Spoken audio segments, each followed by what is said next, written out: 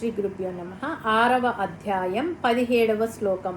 16వ శ్లోకంలో అతిగా చేయకూడదు అని చెప్పిన పరమాత్మ ఈ శ్లోకంలో ఎలా ఉండాలో స్పష్టమైన మార్గదర్శకాన్ని ఇచ్చాడు.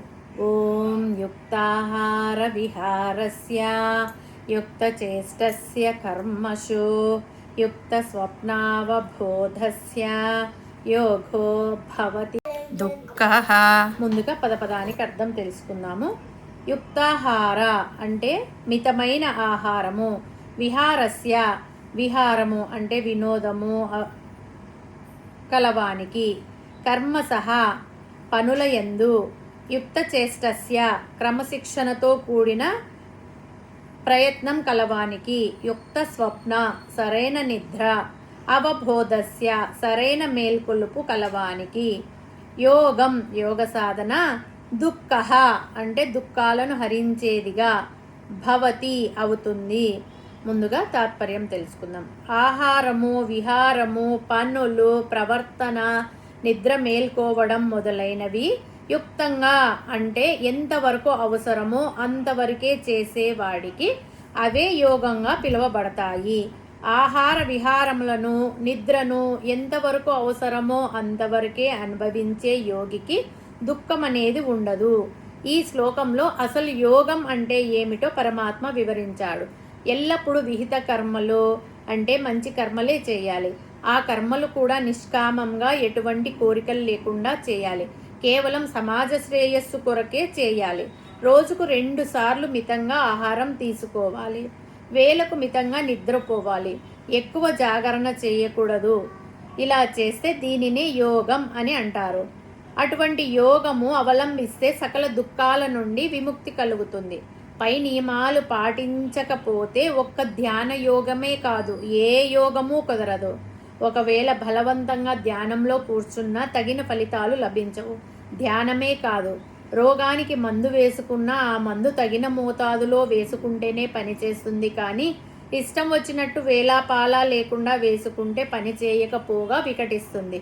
కొంతమంది ఆవేశంగా ధ్యాన యోగం మొదలుపెట్టి నిద్రాహారాలు మాని అదే పనిగా ధ్యానం చేస్తారు. అది వికటించి రోగాల పాలవుతారు. నెపం ధ్యాన యోగం మీద వేస్తారు.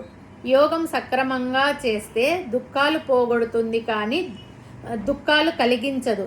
అందుకే యుక్త అనే పదం వాడారు. ఏ పని చేసినా, ఏ ఆహారం తీసుకున్నా యుక్తంగా అంటే తగినంతగా, సరిపోయినంతగా, మితంగా.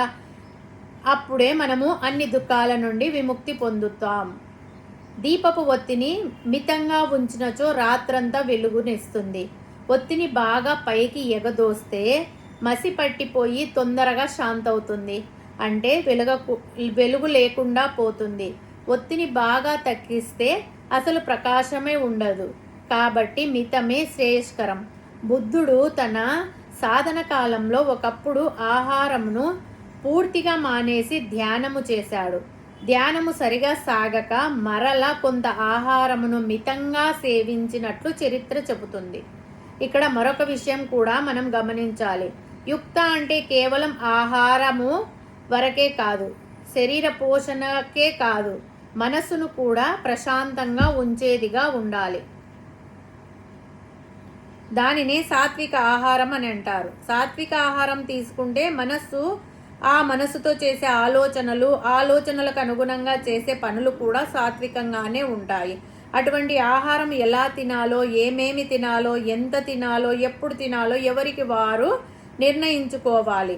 విహారం అంటే మన ప్రవర్తన మన శరీరాన్ని, మనస్సును కానీ ఇతరుల మనస్సును కానీ ఇబ్బంది పెట్టే విధంగా ఉండకూడదు. సాత్వికంగా ఉండాలి. అలాగే మనం చేసే పనులు కూడా ఎంతవరకు అవసరమో అంతవరకే చేయాలి. అతి పనికి రాదు. ఈ శ్లోకాన్ని మన నేటి జీవిత కాలంలో డిసిప్లైన్డ్ లైఫ్ స్టైల్ అని పిలవచ్చు. నాలుక రుచి కోసం కాకుండా శరీరానికి బలాన్ని, అవసరమైన పోషకాలను ఇచ్చే ఆహారాన్ని మితంగా తినడం.